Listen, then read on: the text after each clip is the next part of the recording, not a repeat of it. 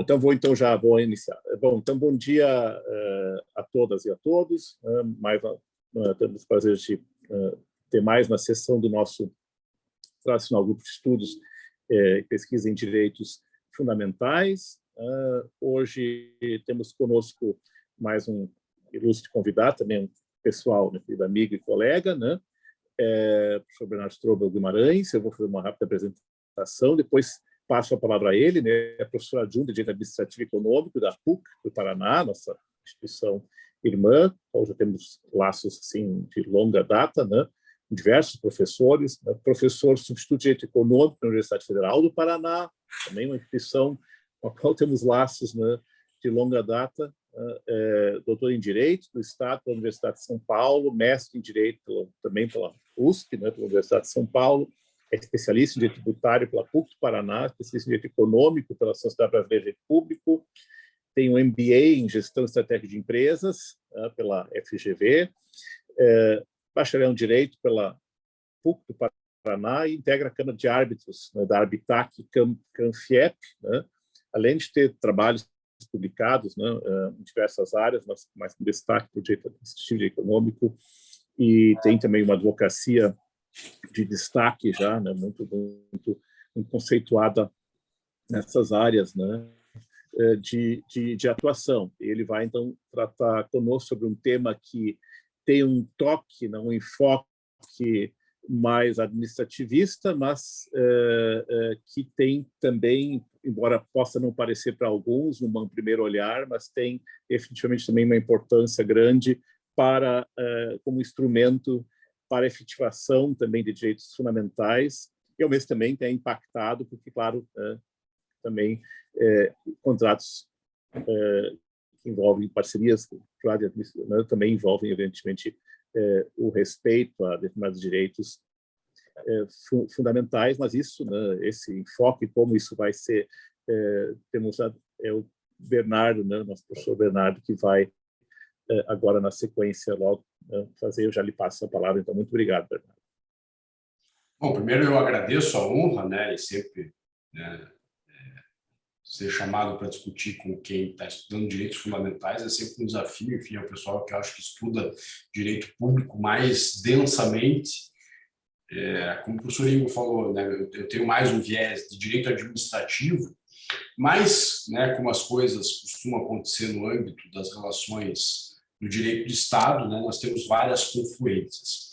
Minha fala com vocês, basicamente, é para tentar, né, indicar e demonstrar um pouco que a ideia de serviço público e as maneiras pelas quais nós transferimos a gestão disso a empreendedores privados, elas têm por objetivo, né, assegurar materialmente e dar efetividade a direitos fundamentais prestacionais, o que, né, é um truísmo, mas, por outro lado, né, e aí um pouco, né, apelando que vocês façam uma rememoração do direito administrativo que vocês conhecem, né, mostrar como grande parte dos dilemas que existem dentro dos contratos de concessão, se você perde foco dessa circunstância, você acaba não percebendo, né, como esses contratos devem ser operacionalizados, e várias discussões, por assim dizer, na fronteira do direito administrativo, das concessões de serviço público, das parcerias público-privadas, enfim, desse universo de contratos, elas são bastante mais claras, elas são iluminadas, se você tiver a perspectiva de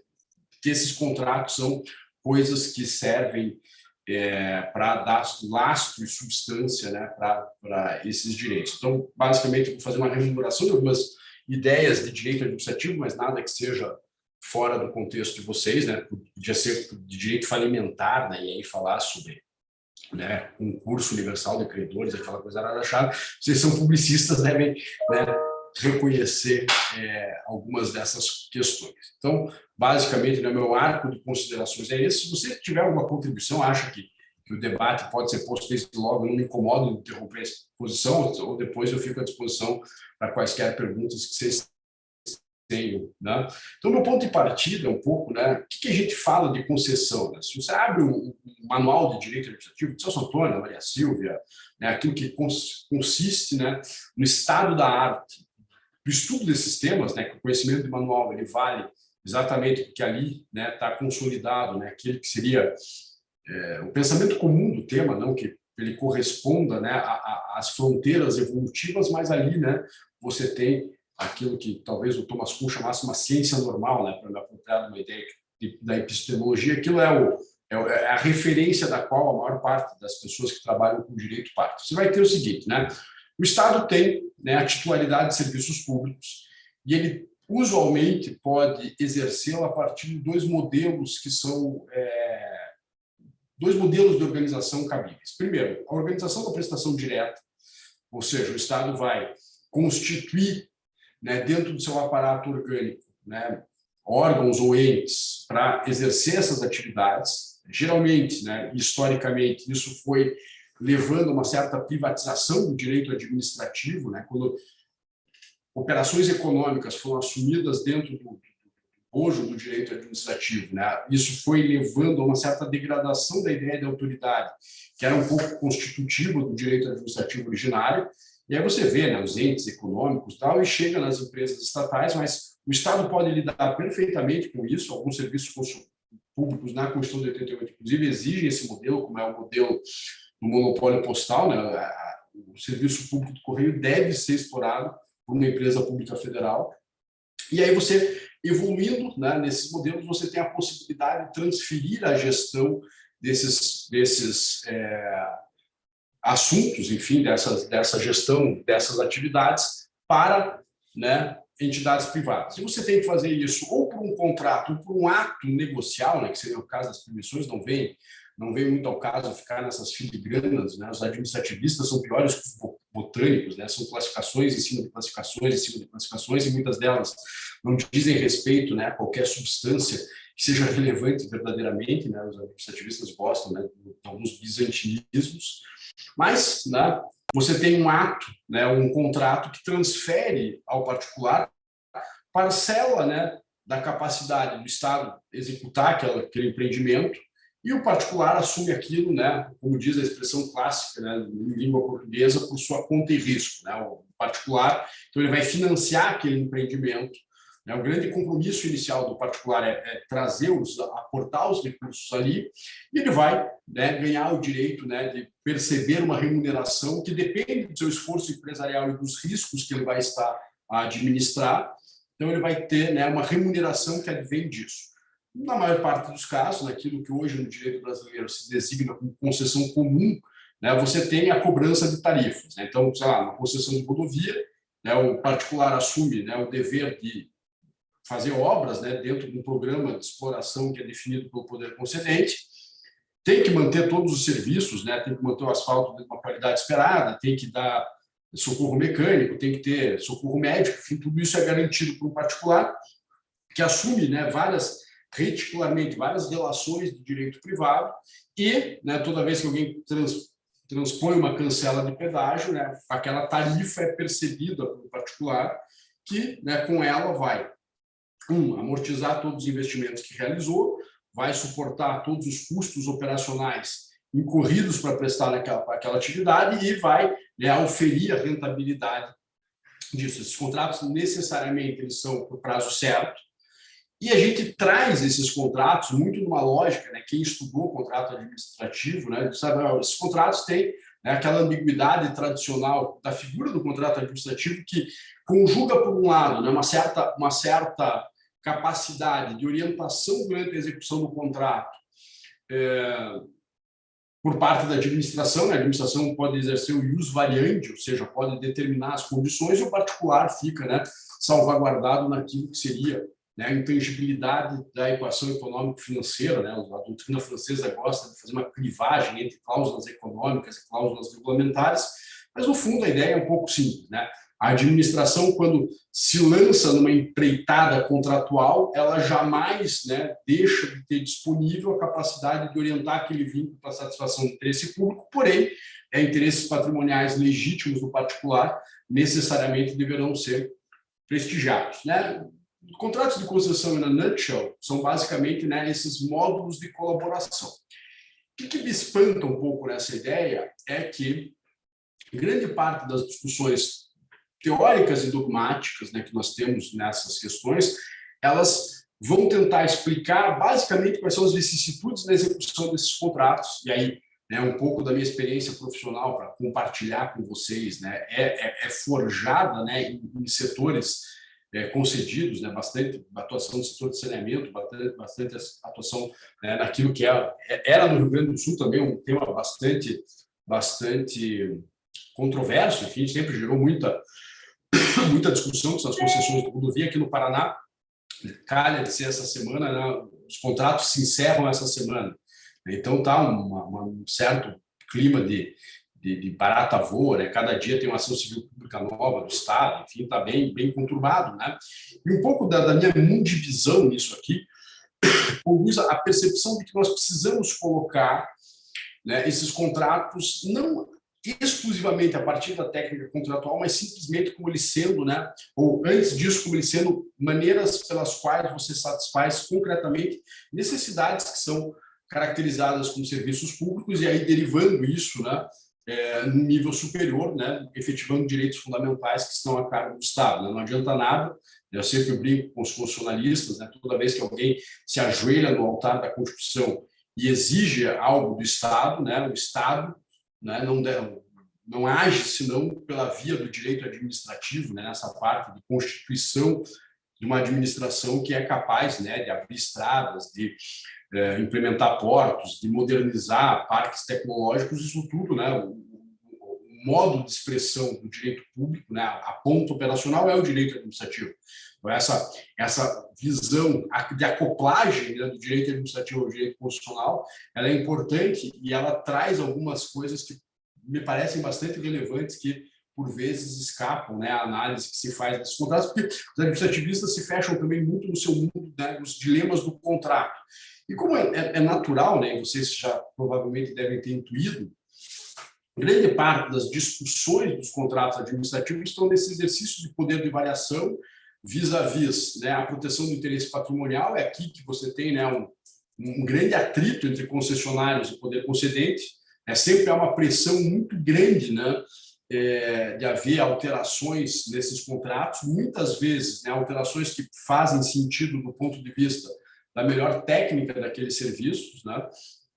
Ou seja, os serviços públicos eles estão sujeitos, né, a uma cláusula de modernização, porém, muitas vezes, né, as pressões políticas que se põem ao Estado são pressões de curto prazo, muitas vezes, né, premidas até, e isso não é um mal, enfim, isso é uma circunstância da democracia representativa, né, mas por previsões, né, ou por pressões que são pressões de alteração que não pensam, né, no quadro como um todo dessa concessão como geradora de um valor social que deve ser prestigiado em detrimento de outros interesses que possam, né, também se fazerem presentes na execução desses contratos de concessão. Basicamente, só para sair do plano das palavras abstratas, né, pense na seguinte situação: eu sou prefeito, eu tenho uma concessão de saneamento no meu município, essa concessão, né, terá um reajuste próximo do momento da eleição, né, useira e vezeiramente, os prefeitos começam a entrar em processos de negar o reajuste ou criar embaraços à aplicação daquilo que seria meramente a reposição,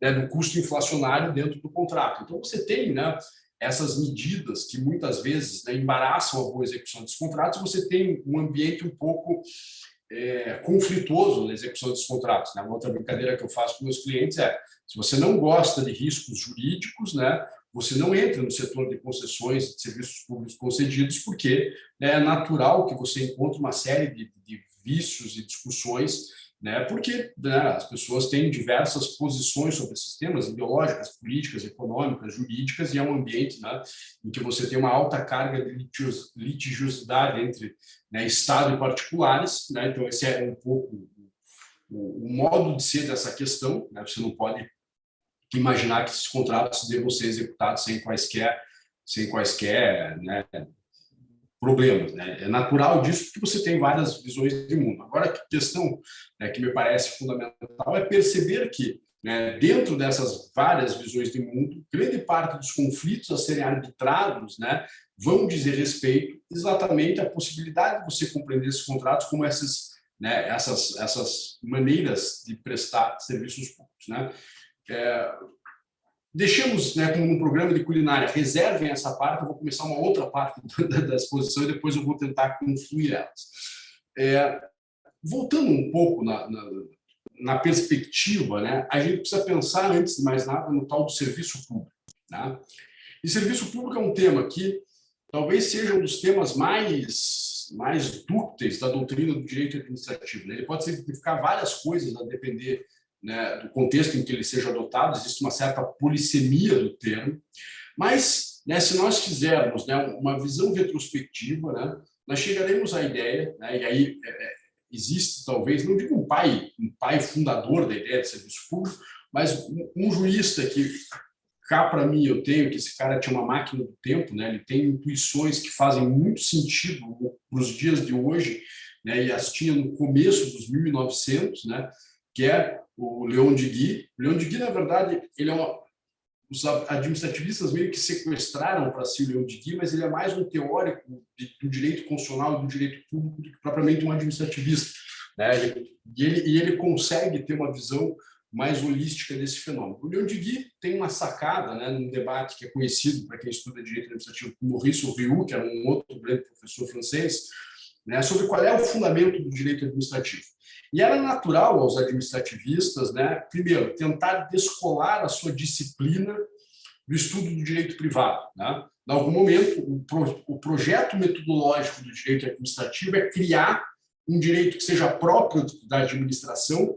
E, embora eles tenham, né, se baseado em todas as categorias naturais do direito privado, eles tentam expulsar essa origem, né, eles tentam colocar esse tema, né, da porta para fora e tentam ressignificar, né, um direito ordinário da administração, que é um direito estatutário próprio dela, que não se confunde com o direito privado, que é substancialmente distinto do direito privado, em que as chaves de referência do direito privado nada tem a informar, e, portanto, o que sobra para explicar essa disciplina, né, segundo esses primeiros sistematizadores do direito administrativo francês, é exatamente a perspectiva de que o direito administrativo é um direito de autoridade. Né? O poder extroverso do Estado reverbera pela administração e, basicamente, para fazer uma história longa, curta, né, onde houver, né, no direito privado o reino do consenso, no direito administrativo, você tem o reino do Estado ser,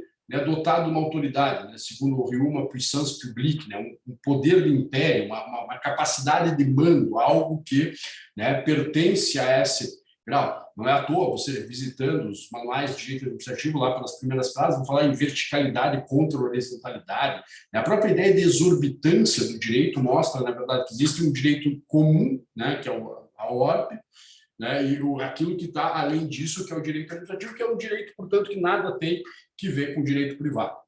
Para responder um pouco, né, essa questão, né, essa provocação, o Deguy se sai com a seguinte questão: diz, olha, na verdade, o que a gente tem no direito administrativo não é um direito que parte da autoridade. A autoridade, na verdade, ela é incidental, ela não é necessária. Existem, né, possibilidades do Estado agir sem autoridade, e o que faz o Estado ser relevante do ponto de vista de figura jurídica é exatamente a ideia de que, né, o Estado é uma coletividade de serviços públicos organizados e que esses serviços públicos nada mais são do que aquelas coisas que o Estado tem que dotar uma sociedade tem que dotar um Estado que dota a sociedade, é um pouco, né, circular, mas, né, o Estado precisa garantir a prestação dos serviços públicos, e por serviços públicos eu vou chamar, né, tudo aquilo que é essencial à coesão social. Então, né, a comunicação, né, não há uma sociedade que possa, né, ser integrada sem comunicação, sem transporte, sem o fornecimento de certas materialidades que são essenciais à vida. Né?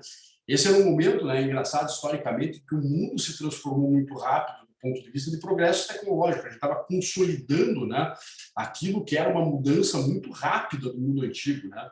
A eletricidade, a luz elétrica, né, uma série de... A máquina a vapor é mais antiga, mas os frutos da máquina a vapor, né, são vistos uma sociedade que mudou muito, de que diz, olha, o serviço público é algo que garante, né, a coesão da vida social, é algo que é fundamental para uma sociedade ter.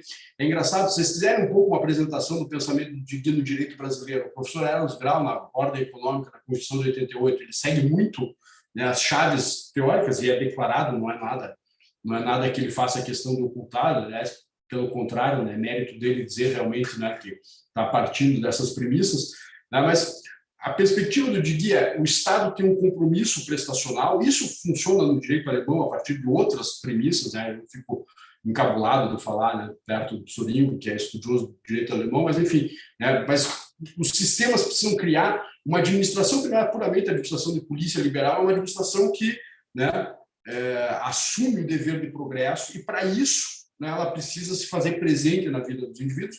E o serviço público, né, as public utilities do direito americano, enfim, várias categorias jurídicas vão sendo estabelecidas, cada uma, né, dentro da sua peculiaridade econômica, cultural, jurídica, né? Mas o desafio é um pouco, né, dotar o Estado de uma aparelhagem para fazer isso. E o serviço público se torna, né, segundo o pensamento de Digui, essa nota prestacional.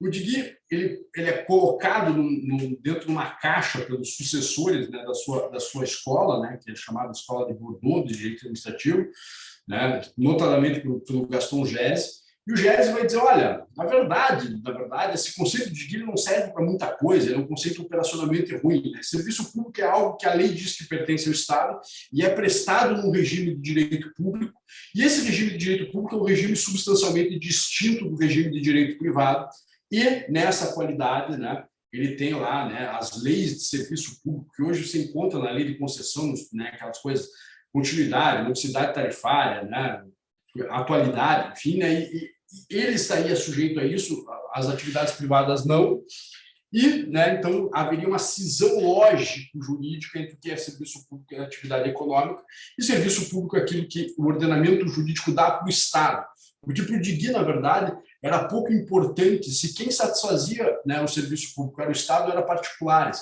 O conceito do Digui, né, não é errado você dizer que um particular exerce um serviço público se a atividade dele for ontologicamente, né, vinculada àquilo que ele chama de coesão social. Tudo isso eu estou te dizendo porque, no fundo, né, a partir disso a gente cria, né, a partir disso, enfim, né, simplificando, mas a gente tem a questão que o Estado tem essa atribuição, e essa atribuição de serviço público ela serve para que o Estado gere coisas para a sociedade. Tá? O Estado tem o dever de prestação, e esse dever de prestação precisa ser cumprido. Né? E aí você tem as alternativas, né, agora convergindo as duas partes que eu estava colocando, né, para respeitar um tempo que nos permita debater depois, mas, basicamente, você converge essas duas ideias, né, e aí os contratos, né, de concessão são um meio de satisfazer essas questões. Onde é que me parece que isso faz, né, sentido para nós que estudamos direito administrativo, né, porque isso nos permite revisitar certos pontos que me parecem hoje, né, problemáticos na própria teoria do serviço público. Se você acompanha o debate sobre serviços públicos, né, você percebe que um dos grandes temas que está em voga, desde da consolidação do espaço comum europeu, é essa ideia, né, da estatalidade de certas atividades, se ela degradaria ou não degradaria a ideia de serviço público. Eu brinquei com vocês em algum momento lá atrás da aula, dizendo, olha, serviço público é uma coisa que os autores, na verdade, de direito administrativo, eles passam por várias crises, né? A partir de um determinado instante, né, essa concepção de um direito administrativo de serviços públicos, ela começa a ser utilizada pelo Conselho de Estado para justificar, né, a sua atuação sobre os casos que ele adjudicava, né, porque na França, né, julgar a administração é uma atividade administrativa e não judicial, né, há uma separação, né, da justiça comum, né, o próprio Conselho de Estado se apropria disso e vai, né, criando uma série de julgamentos que dão uma conformação sobre essa ideia de serviço público, mas para não ficar muito nesses momentos anteriores históricos, né, é inegável que você tem um Estado que tem tarefas assim imputadas e que uma das técnicas, né, de você satisfazer esses serviços, essas necessidades, é exatamente, né, a técnica da concessão. E eu estou chamando de concessão, eu sei que tecnicamente, né, tem outros contratos que a gente poderia disputar, enfim, né, arrendamento portuário, né, uma concessão, né, mas vamos usar um rótulo grande e saibam que todos os contratos que implicam na transferência empresarial de uma atividade a um particular, nós colocaremos nesse rótulo de concessão sem maiores dilemas para fins, né, de brevidade. Nesses contratos de concessão, né, você tem, então, né, um particular que se interpola entre o Estado e o cidadão e se torna ele mesmo, né, um implementador dessas coisas. Claro que ele não está lá por benemerência ou por filantropia, não é que nem a Pontifícia Universidade, né, na qual nós privamos, né, parte do nosso mundo acadêmico, né, a PUC do Paraná, ela é mantida por uma associação cultural que não distribui resultados, e é uma das maneiras pelas quais os particulares podem desenvolver atividades de interesse público. E os particulares que são concessionários, eles têm um contrato e eles têm expectativas de remuneração derivadas desses contratos, que é algo que é legítimo e é fundamental para que, né, um modelo de concessão funcione. As concessões funcionam porque elas atraem apetite econômico de agentes privados que se dedicam a elas, né, muitas vezes em setores altamente intensivos em demanda de capital, setores muito complexos, muitas vezes, e a técnica da concessão sempre serviu para o Estado fugir do risco econômico das suas próprias atividades. Né? Quando você diz que se explora por conta e risco, você está dizendo que o particular, né, está assumindo, né, toda a gestão dessa atividade complexa que é a prestação de serviço público, está, né, atuando em nome do Estado. Claro que existe um elemento econômico, mas existe também um elemento de satisfação dos interesses, né, da sociedade atrás disso. Onde é que as coisas começam a ter uma certa, por assim dizer, uma certa ambiguidade no discurso dos administrativistas? Os administrativistas são muito apaixonados pelo contrato. Então, se você vir tudo que um administrativista disser sobre o contrato administrativo, ele está privilegiando a forma contratual desse instrumento, porque a Constituição declara que é um contrato, lá no artigo 175, eles não estão errados nisso, não estão criando uma projeção, né, que não tenha qualquer correspondência com o direito positivo, pelo contrário, ela tem bastante aderência, mas, né, a questão central é que esse contrato ele só existe para satisfazer esses interesses da coletividade. O objeto dele é um objeto diferente. O objeto dele é um objeto completamente distinto daquilo que ordinariamente a gente pensa num contrato.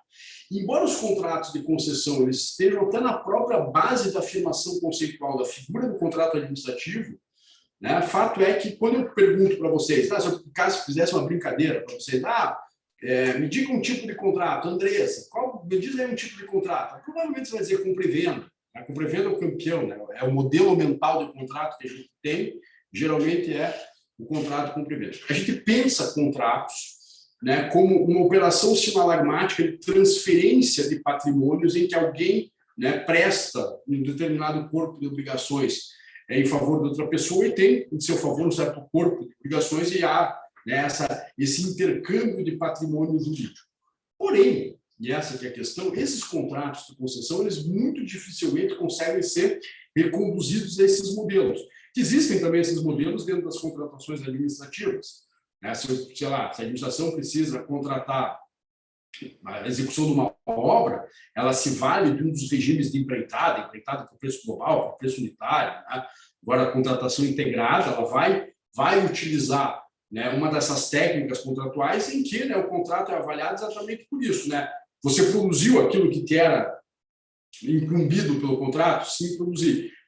Você pagou o preço? Sim, eu paguei. O contrato está resolvido. Tá? A ideia de contrato que muitas vezes a gente tem é exatamente essa questão. E ela, em alguma medida, ela transborda para a ideia de concessão, uma concessão pensada entre, né, um particular e o Estado, sendo, né, o modo pelo qual você vai implementar esses benefícios. O problema disso é que várias coisas importantes dentro da ideia de concessão ficam mal acomodadas aqui. Por exemplo, mutabilidade dos contratos. O contrato de concessão pode ser mudado? Porque é uma exigência dos contratos de administrativos que eles possam mudar, mas dois, que eles tenham limites à implementação dessas mudanças. Se você tiver, grosseiramente falando sempre, né, no âmbito de um contrato desses, né, toma lá da cá, vou chamar assim, né, o limite da mudança prevista normativamente é em 25% do valor do contrato. Você pode aditivá-lo, você pode, né, suprimi-lo, e dentro desse limite particular tem que, né, tolerar isso. Para além dessa banda, né, de variação esperada, né, desse desvio padrão admitido pela lei, por assim dizer, né, você não pode modificar o contrato. Por quê? Porque se você modifica o contrato, né, sem qualquer limite, a própria força do contrato se perde e, por outro lado, você frauda a licitação. Né? Posso dizer assim, você foi contratado para, né, abrir uma rua e acabou construindo uma estrada. Né? Evidentemente que você tem um problema de fraude à licitação, porque uma licitação, né, para fazer uma coisa pequena deve atrair muito menos interesse do que uma licitação para fazer uma coisa grande. Então, evidente que os limites da alteração contratual são um tema importante. Muitas vezes você pega esse tipo de raciocínio e transporta para os contratos de concessão. Faz sentido que eles possam ser mudados? Eu posso implementar novas tecnologias? Eu posso modificar, né, em que medida? Tá? E aí você tem questões muito mais, né, complexas e muito menos fáceis de serem resolvidas do que temas ordinários do contrato. Né? Aí a gente faz toda uma construção, né, só, por exemplo, só para dar um pouco de concretude ao que eu estou dizendo. Né? De uma concessão de rodovia, né, identifica-se que seria conveniente incluir um ramal rodoviário ali, né, que isso tornaria a vida daquelas pessoas melhor e, né, vai, claro, manter essa ideia de equilíbrio econômico-financeiro, claro, você não pode dar um ganho extraordinário, você vai incluir um novo trecho de rodovia e vai reduzir a tarifa de todo mundo. Né? Na perspectiva, assim, eu vou pôr um pouco mais de veículos, mas eu vou reduzir isso. Posso ou não posso? Eu vou aumentar o prazo do contrato de concessão, eu vou diminuir o prazo, eu vou introduzir uma nova tecnologia que não estava ali pensado, ou eu não posso fazer isso? Todas essas questões de modificação, né, elas são muito espinhosas, né? Outras questões, né? Sancionamento, né? No âmbito do contrato de concessão, quando o sancionamento leva, né, a cessar a atividade do concessionário. Né? A última ratio das sanções no âmbito do contrato de concessão, ela é chamada de caducidade, né? Que é um nome ruim para dizer que é o contrato ser rescindido pelo Estado porque o particular não cumpre com suas obrigações. Tem uma terminologia própria, né, que é a caducidade. Faz sentido ou a gente deve tolerar, né, certas coisas? Se você, eu acho que talvez não seja, né, muito daquilo que vocês observam doutrinariamente com habitualidade, mas o direito brasileiro foi substancialmente alterado quando, por ocasião de uma crise econômica bastante grave, várias concessões ilicitadas deram mostras claras que os concessionários não tinham capacidade financeira de entregar aquilo que eles prometeram. E você poderia dizer, bom, se você contratou voluntariamente e não entregou, né, eu te chuto do contrato. O problema é que você pode fazer isso com um concessionário, talvez com, né, uma certa tranquilidade. O problema é quando você tem várias empresas nessa situação, você tem uma dificuldade. O direito brasileiro inventou um negócio chamado relicitação, que basicamente é uma administração de urgência por parte, né, das concessionárias. Você diz mais ou menos, cara, só, você está descumprindo o contrato, você admite que você não está cumprindo o contrato, eu te dou um armistício, você reduz o nível de operações para um plano que seja operacionalmente válido, e a partir daí, né, eu vou procurar um outro cara para tocar esse negócio, vou relicitar esse projeto, e esse cara vai te pagar a indenização que eventualmente você tenha pelos bens reversíveis, e aí eu vou, né, resolver esse contrato. Né, o que é isso? Estou pegando, né, pequenos exemplos para convergir tudo por uma questão só. A dificuldade que a gente tem de aceitar que esses contratos, na verdade, eles são muito diferentes dos contratos ordinários. Né? Talvez a coisa que mais se pareça, né, é que contrato não é necessariamente, né, algo nessa lógica bilateral produzindo efeito entre as partes. Pense, por exemplo, no contrato de sociedade. Né? Não sei se algum de vocês, eventualmente, é sócio de algum escritório de advocacia. O contrato de constituição de sociedade é um contrato muito diferente do contrato de compra e venda, do contrato de leasing, do contrato, seja lá qual for desses de outra natureza. Por quê? Porque, por meio do contrato de sociedade, eu acabo dizendo assim, olha, eu, e suponho aqui, né, o Diogo e o Ítalo, vamos formar uma sociedade. A gente faz um contrato social que é basicamente, né, a tentativa de nós estruturarmos um quadro mínimo de como uma atividade econômica vai ser desenvolvida e como nós podemos, né, a partir de então, né, se tudo der certo, se os riscos que nós tomamos, né, forem bem administrados, a nossa sociedade tiver dinheiro para distribuir no final do exercício, que todos nós torcemos, né, como a gente vai receber isso. Então, eu vou dizer assim, o Ítalo é um excelente pizzaiolo, o Diogo tem grandes habilidades comerciais e eu tenho dinheiro. Então, a gente, né, cada um vai concorrer com isso. E o que eu quero que vocês percebam aqui é o contrato, na verdade, ele é simplesmente, né, o modo pelo qual nós estipularemos como nós funcionaremos. Não diz se o Ítalo vai fazer pizza napolitana, calabresa ou portuguesa, né? Não diz, né, todas as questões, né? Ele não tenta, né, encapsular tudo o que vai acontecer para o futuro, ele simplesmente vai criar um modo de atuação para produzir um resultado. Isso me parece, né, estruturalmente similar aos contratos de concessão, em que um particular assume o direito de produzir esse resultado. E o contrato é muito mais, né, uma forma de densificar, uma forma de dar substância a isso, do que simplesmente ser algo pensado como um contrato nele mesmo. Isso me parece importante, por quê? Porque vários dos problemas que a gente vê no setor de concessões, eles derivam um pouco, né, da incapacidade que a gente pensa. E o que justifica isso? Né? Voltando à própria ideia, né, do serviço público e da própria lógica da alteração dos contratos, né, naquelas situações em que, né, você tem uma prestação pública ou interesse público que se exige, né, você tem que poder vencer o instrumento e modificá-lo, né, e adaptá-lo à realidade. Contratos de concessão que vão durar por 35 anos, em alguns casos, tá? A Andressa não tem 35 anos. Tá? Se a gente tivesse celebrado, né, um contrato no dia que a Andressa nasceu, nós não chegaríamos a 35 anos. A Andressa nasceu num mundo muito diferente do nosso. Né? Não tinha tanta internet, não tinha tanta tecnologia. Tá? Aqui a gente perde o sentido. Imagina um contrato que tem que sobreviver nesse tempo. Ele necessariamente precisa ser adaptável. Né?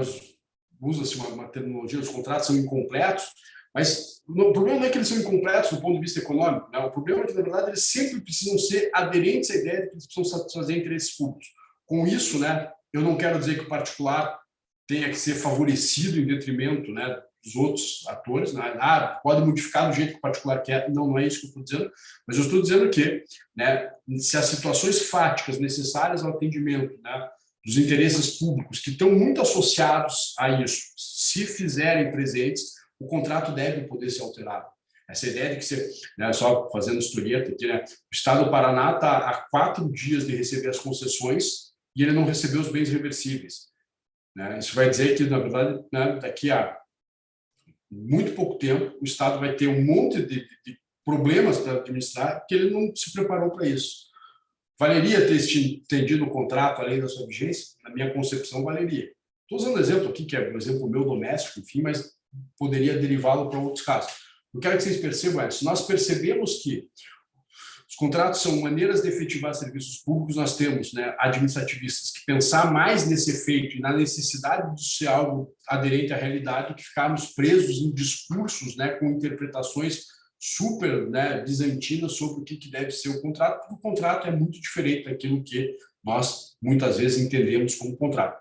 Senhor Igor, mais ou menos era o recado que eu queria dar, acho que falei de vários temas aqui, convergi no final e fico, espero que tenha sido tentado, né, tentei ser claro, não sei se consegui, né, as coisas funcionam sempre melhor na nossa cabeça do que na nossa boca, mas, né, eu fico à disposição de todos vocês aí. Bernardo, obrigado.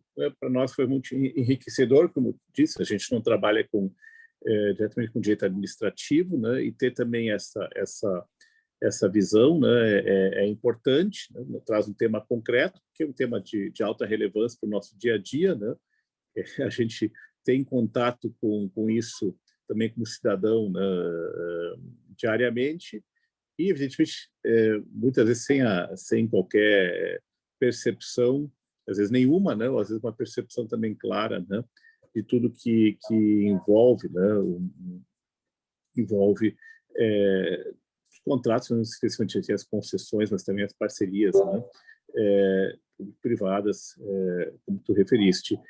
É um tema muito rico, ele tem diversos pontos de contato também com direitos fundamentais, com direito constitucional, né, até porque nós temos um regramento, já referi-se, inclusive, o próprio termo, né, tem base constitucional, nós temos um regramento constitucional muito denso, né, nós temos nós temos uma espécie de código administrativo, né, código tributário, código penal, né, código processual penal na nossa Constituição, né, a nossa Constituição é muito detalhada, né, em diversos aspectos, né, mas também no que diz respeito à administração pública, ao mesmo tempo também tem, evidentemente, um conjunto de princípios que têm sido já largamente aplicados, interpretados, mas que obviamente são bastante vagos, né? Bastante abertos, né? E nem sempre, né, levam interpretações e aplicações consistentes, né? Inclusive também nos nossos tribunais, né? Os princípios acabam sendo uma espécie de espada de Damocles, né? Que quando mal usados, né, que pairam, né, sobre todos nós, né, e no caso, né, em relação evidentemente ao administrador e ao particular. Eu vou abrir a palavra, antes de fazer algumas considerações, vou abrir a palavra aos nossos assistentes aqui, aos que nos acompanham, né, porque nós temos realmente uma série de situações também aqui no Rio Grande do Sul, né, envolvendo isso, né, polêmicas, enfim, políticas e jurídicas, como em todos os cantos, né, não só no Brasil, mas especialmente no Brasil, né, que nos toca. Eu vou abrir a palavra para os nossos mestrandos, doutorandos e graduandos também, se quiserem fazer uma pergunta, prefiro segurar a primeira palavra a eles. A gente aproveitem, porque não é toda hora que a gente tem um administrativista entre nós, né? Ainda estou na área do direito público, mas eu sou um pouco fora da mulher. É engraçado isso. É uma tribo diferente. Se eu puder, então, eu não sei se tem algum pesquisador aqui dessa área, eu não quero passar na frente de ninguém. Não, mas se é a primeira a perguntar, já pergunta. Né? Você é a Andressa, você é a primeira janelinha para mim, você abriu o microfone, então não se faça divulgar. Tá bom, muito obrigada. Primeiro, agradecer, então, a sua exposição. Como o professor Ingo mesmo disse, foi bem enriquecedora, porque foge um pouco, assim, da nossa viseirinha de direito fundamental aqui mais dogmático, vamos dizer assim, abrindo a nossa mente para outras possibilidades. E durante a tua fala, eu pensei muito sobre o protagonismo do terceiro setor, que vem crescendo ultimamente, mas, ao mesmo tempo, questão de administração pública e outros aspectos, outras nuances, não quero aqui trazer uma pergunta totalmente fora do escopo da sua exposição, mas e o papel das agências reguladoras nesse campo? Eu vejo como algo que vem crescendo ultimamente. Eu acho que daqui para frente talvez tenha uma atuação bem mais marcante, não sei se pela função toda em torno da NPD, ou pelo fato de eu, nas minhas pesquisas, fui encontrando cada vez mais a questão das agências reguladoras. Não sei como isso pode se imbricar, né, se relacionar com o seu tema de pesquisa de hoje. O senhor vê alguma possibilidade nesse sentido? Eu acho que muito obrigada mais uma vez. Obrigado, Andressa. Acho que a conexão ela é bastante grande dentro do sistema, né? As agências básicas, não que agências reguladoras necessariamente existam para regular serviços públicos, né? Porque tem atividades econômicas, né? E você falou da agência de proteção de dados, enfim, que não estão propriamente lidando com serviços públicos, mas serviços públicos, né, geralmente são serviços regulados, né? Pouquíssima coisa, né, não teria uma regulação muito específica, que seria uma regulação dispersa, né? Serviço funerário, né? Mas assim, os grandes serviços públicos são todos, né, regulados, e a regulação ela está muito em linha com o que eu disse, porque exatamente a partir das normas regulatórias que você vai tentar assegurar aqueles padrões que são padrões que se impõem ao contrato e que transcendem as posições originárias de cada um daqueles atores que estão ali envolvidos, né? Em tese, o que te diria quem estuda agência reguladora vai te dizer assim, olha, as agências reguladoras, primeiro, elas têm que ser neutras politicamente, neutras economicamente, né? O sentido de você reforçar a autonomia delas é privilegiar uma apreciação técnica desses temas e, portanto, a agência, inclusive, né, não deve nem sequer ser capturada pelo Estado, que é o titular do serviço, então elas têm essa abrangência, enfim, no seu modo de atuar, e elas devem produzir padrões de serviço que sejam exatamente os padrões de serviço que sejam aderentes à essa ideia que o serviço público garanta os interesses coletivos que não são aqueles envolvidos. É engraçado, né? Um debate que volta e meia você chega nele, André, assim, mas o serviço público não serve para atender o usuário. As agências não deveriam proteger o usuário de serviço público, né, que é a parte, né, vulnerável, a parte do suficiente. Isso é uma verdade em termos. Por quê? Porque, né, a agência protege o serviço. E como quase todos os serviços eles, né, têm um pressuposto de universalização a ser alcançada, muitas vezes você tutelar o usuário de hoje é deixar sem tutela o usuário da manhã. Né? Existe, né, uma certa pesca predatória de benefícios econômicos, para usar um tema caro ao professor Ingo, né, pelos usuários hoje. Vou dar um exemplo. Né? O interesse do usuário é sempre pagar a menor tarifa, só que muitas vezes a tarifa que está sendo paga pelo usuário ela é necessariamente vinculada à possibilidade de você incluir novas pessoas no sistema. Vou usar um exemplo muito chinfrim, né? Serviço de ônibus. Às vezes você pega um ônibus com um deslocamento super curto, está um dia de sol, né? Você não quer ficar, né, se expondo ao sol, pega um ônibus para andar, sei lá, 1 quilômetro, que é uma distância que qualquer um de nós faria a pé de maneira confortável. Né? Por outro lado, né, você tem, né, a Dona Maria, que sai do seu turno de trabalho de madrugada, porque ela trabalha com limpeza de escritórios, e ela trabalha de madrugada, e ela vai pegar, né, uma condução no centro de Porto Alegre, ela precisa chegar em Canoas, né? Precisa chegar na grande Porto Alegre, em outros lugares. Eu não sei se Porto Alegre, mas deve ser assim, né? Curitiba o valor da tarifa é integrado. Né? Se você privilegiar, né, a ideia de que cada um paga pelo que usa, né, que é a lógica do direito do consumidor, você vai dizer, bom, eu que andei, né, pouco, devo pagar muito menos dessa pessoa que andou bastante, né? Essa pessoa, né? Eu estou subsidiando ela. Estou usando 2 pessoas hipotéticas, claro que isso é sistêmico. Mas, né, intuitivamente, você percebe que existe essa dinâmica, né, relativa a essa questão de você ter a ideia de subsídio. Então, se você proteger o usuário de hoje, você não tem subsídio, você não tem a ampliação, né, talvez, precisa ser construído ainda um ponto de ônibus, um terminal rodoviário perto de onde a Dona Maria mora. Então, em alguma medida, a regulação ela faz, né, essas opções pensando na integralidade do sistema e, portanto, reforça essa ideia de que o contrato é um elemento que deva gerar esses benefícios sociais. Então, a regulação, em alguma medida, onde ela existe, ela é uma tradução objetiva dessa necessidade. Não sei se eu respondi a pergunta, não sei se ficou claro. Às vezes eu me Sim, sim, excelente, professor. Inclusive, fiquei complementando aos meus pensamentos aqui, meus devaneios.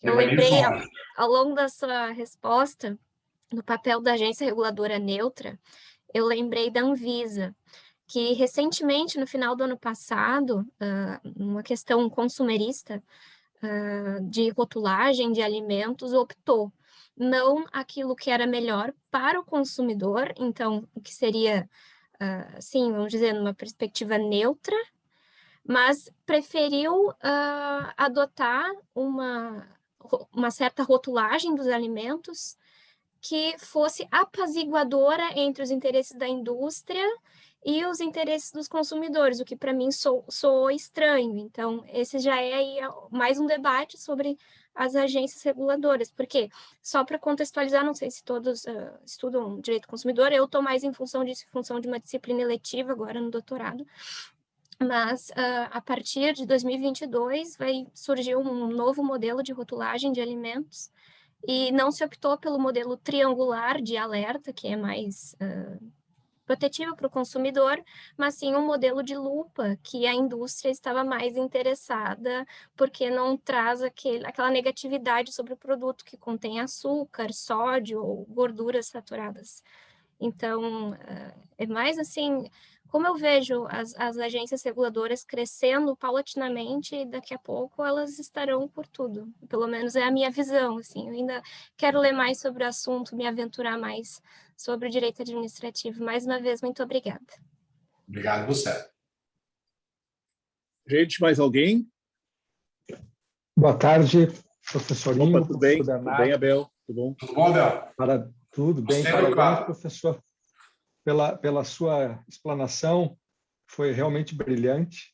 Em tão pouco tempo, podemos apresentar tantos elementos assim de esclarecimentos nessa área que é tão realmente importante. Mas nós temos algumas peculiaridades, eu concordo com o que o senhor falou em relação a essa questão das agências regulatórias, e escapa ao público em geral a percepção de que, na verdade, elas têm uma atribuição também de manter uma certa saúde financeira do contrato e permitir, inclusive, que a empresa concessionária, por exemplo, garanta o seu lucro.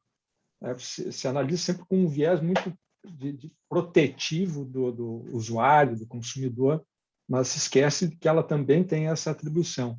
Mas a minha pergunta, professora, ela diz mais respeito a essa questão que hoje está muito em voga, das parcerias, porque, especialmente aqui no Rio Grande do Sul, nós temos um ambiente um pouco contaminado com as limitações que são expostas pela lei de licitações e de concessões.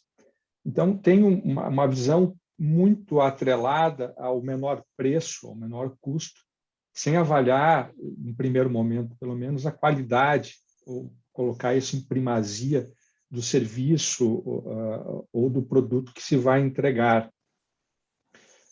Nós tivemos, há tempos atrás, não muito distantes, uma tentativa de vários municípios aqui de promover ações para melhorar a questão que diz a respeito à infraestrutura de água e esgoto, e grande parte dessas iniciativas acabaram sendo criminalizadas, né? Então, é um ambiente muito complexo e eu queria ver com o senhor como é que nós podemos lidar com isso quando como é que se promove a iniciativa da iniciativa privada em buscar, junto ao poder público, uma proposição num campo de parceria, sem que se contaminem essas questões, esses limites que estão muito arraigados ali na lei de licitações. Vamos garantir uma publicização, vamos garantir uma participação econômica de todos. Como é que se consegue fazer esse equilíbrio, mas permitindo que as coisas aconteçam efetivamente e não limitando ou criminalizando por iniciativas do particular? O tema é interessante, Abel, porque assim, existe uma cultura, né, que a administração precisa contratar coisas ruins e baratas, né? Ruins, pois baratas. Tá? Na verdade, isso é muito mais um viés de órgão do controle do que algo, né? A qualidade é um elemento que deve ser mensurado. A nova lei de licitações melhorou um pouco isso. E o que eu te diria, na verdade, assim, a gente está saindo um pouco nas contratações públicas do mundo do que o Estado consegue definir tudo aquilo que ele precisa da melhor qualidade. Hoje você tem certas interfaces, a gente chama de proposta de manifestação de interesse, agora tem uma nova modalidade, né, chamada diálogo concorrencial. Mas o que você tem nesses casos é a possibilidade, né, especialmente para temas mais desafiadores, em que o particular e a administração se ajustem e se ajeitem para poder gerar ali um resultado adequado. Então, você tem hoje, né, por assim dizer, tecnologia jurídica para essas coisas. E dizer assim, eu quero propor, né, para a Corsã uma solução de saneamento que seja interessante, que seja bacana, que pode ser implementada, que eventualmente não precisa nem sequer ser licitada, se ela for um negócio estratégico, né? Você tem algumas coisas com isso. E a gente precisa sair desse mundo, assim, que o gestor é capaz sempre de definir, né, de maneira monolítica o que é melhor. Para elementos de contratação mais complexos, isso é muito ruim. Então, é uma concessão, né, da parte que me toca, né, é um negócio super difícil de você dizer como deva ser uma concessão, né? Tem várias discussões a serem feitas com a sociedade civil, com a classe política, então não é fácil estruturar isso, e aquela ideia de que o Estado se fecha, né, numa repartição pública e sai com um edital que é a melhor representação daquilo, é uma ideia basicamente ingênua.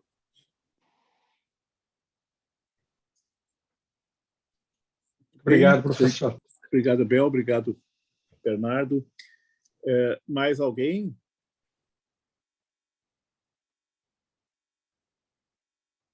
Vamos demarcar esse horário que é dias interpelado pro homem, né? E a fome, né? A fome não deixa o pessoal se estender. Não, mas na verdade nosso grupo é previsto às 12 à 1, né? E a gente tem uma dead hour, né? Um dead minute. Tem um circuit breaker. Até dá para ir umas 1h10, 1h15, né? Mas o prazo normalmente é essa hora, até porque ela tem facilitado bastante a participação de mais gente, né?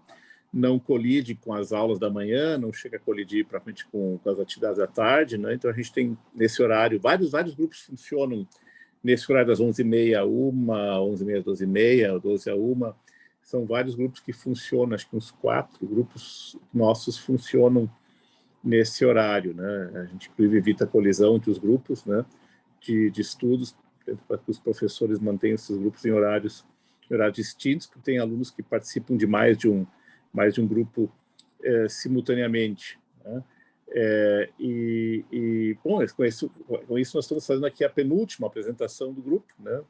Penúltimo encontro do grupo do ano, né? Nós vamos encerrar no dia 7 com o professor da França, que vai falar sobre as medidas de combate à Covid, né, e a sua constitucionalidade, né? Tema que por hora ainda não saiu do cenário, né? Infelizmente, né? Infelizmente, e pelo visto não vai sair tão cedo, né? Eu já estou com medo de ir para a Áustria, vou ter que dar uma palestra em Salzburgo em janeiro, se eu puder, né? Se ainda pudermos ir para lá, né?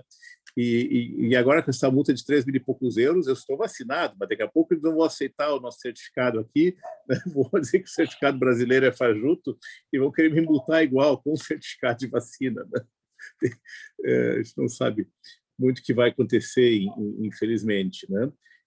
Bom, e aí também envolve regulação, né? Quer dizer, tem um órgão que tem uma importância também, é a regulação, no caso da vigilância sanitária, a própria nossa agência, né, da saúde suplementar, que também tem uma importância grande aqui, né?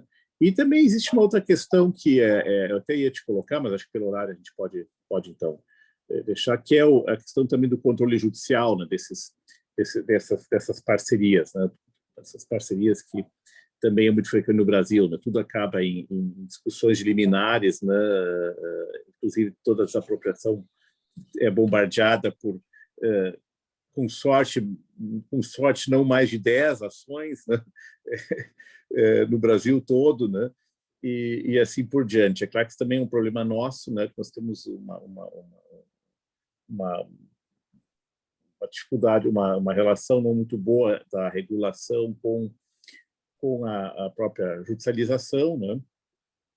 E a gente não sabe muito bem se isso é inefetividade da regulação ou é superatividade da jurisdição, né? Ou um pouco de ambos, né? Eu até tenho uma pergunta específica, porque tem sobre a situação que envolve, já que falaste nisso, funerárias, em Curitiba, né? Curitiba me parece que tem um sistema de rodízio, né? Abastecimento d'água. O rodízio em relação aos serviços funerários, né? E pode ser um tema meio fúnebre, né? Mas de qualquer sorte é um tema importante, porque ali nós temos uma atividade que tem um ônus público, né? Tem uma concessão, e ao mesmo tempo que existem alguns limites, né? E há várias discussões judiciais, né? Também já sobre isso, né? Sobre se é possível impor, né, ao cidadão um sorteio, né? De que não é, em princípio, não pode definir, não tem autonomia para definir qual é o serviço funerário que ele quer acessar, né, no caso de ter a gente precisar de um desses serviços, né? Me parece que isso é um problema lá, né? Já deu até ação, né? Deu até processo, né? E eu, inclusive, dei um parecer, né, nessa matéria lá, né? E não sei as quantas andas, né? Depois aqui no escritório. Eu não sei qual é a tua opinião, se tem uma coisa sobre isso, porque também é uma situação que tem muita polêmica no Brasil todo, tem várias situações, né, conflitantes. Aquela famosa coisa, eu não estudei o serviço funerário, né? Não tive ainda temas de direito funerário, talvez seja uma expertise adquirida. Me parece assim, é o típico caso que você vai dizer assim, por que você faz um rodízio? Para assegurar que, né, um certo corpo de empresas tenha uma fatia de mercado garantidas e isso dá sustentabilidade econômica ao serviço, né? Ideias, né? Serviços públicos sempre tiveram muito associados à proteção de monopólios ou de mercados restritos. Quando você diz, olha, mas eu quero escolher, e se houver, né, e o meu direito de escolha, e mais do que isso, né, os benefícios que a concorrência poderia gerar para trazer isso. Né? Você tem essas duas grandes ideias conduzindo o tema. Eu me inclinaria a dizer que eu entendo que a escolha do usuário ela se põe nesse caso. Porque concessões com cláusulas de exclusividade, elas têm que ter uma justificativa econômica verdadeira para isso. Assim, olha, eu vou afastar a concorrência porque este mercado não suporta a concorrência, porque ser um monopólio, por exemplo, serviço de transporte de passageiros já é mais complicada essa discussão. Mas o serviço funerário, a priori, não existe uma razão para a qual você retire, né, a liberdade de concorrência também informa o serviço público. E a própria lei de concessão tem uma disposição que é evidente, que eu não vou me lembrar o número, mas que diz que, né, só pode haver exclusividade, e o sistema de rodízio é uma exclusividade, né, é um mercado cativo se houver uma justificativa técnica precedente à concessão que justifique, né, essa suspensão do direito de opção por parte do usuário em prol, né, de algo que precisa ser protegido para que o serviço seja economicamente viável. Acho que são essas as chaves, né, para a gente enfrentar um tema como esse, mas não estudei regulação funerária a fundo. Sim, não, nem essa questão é realmente uma questão mais genérica, né, porque isso envolve diversas variáveis, né, e uma, inclusive, que tu citaste é a demonstração de que realmente esse modelo atende a própria finalidade a qual ele se destina, né? E tu tem razão. No princípio, a ideia é evitar monopólios, né? E uma distribuição equitativa, né? do acesso ao serviço, mas também a possibilidade de atuação, né, economicamente sustentável das empresas que prestam o serviço, que evidentemente é uma equação que tem que ser observada, senão ninguém mais vai prestar serviço público. Claro, isso aparece em geral no sistema. Depois, se quiser, te mando até o... Mande que eu tenho interesse texto, né? Te mando o texto. E, gente, então acho que vamos encerrar, né? O Bernardo também está com fome, né? Eu tenho um call agora.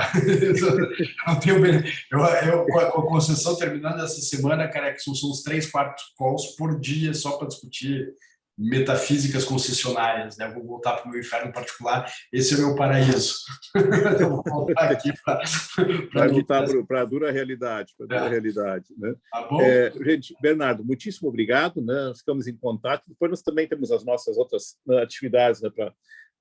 Também para conversar, né? Não vai faltar, não vão faltar encontros aqui, inclusive acadêmicos, né? Gente, obrigado, gente, também, né, pela parceria. Obrigado, um abraço. Boa tarde para ti, bom trabalho.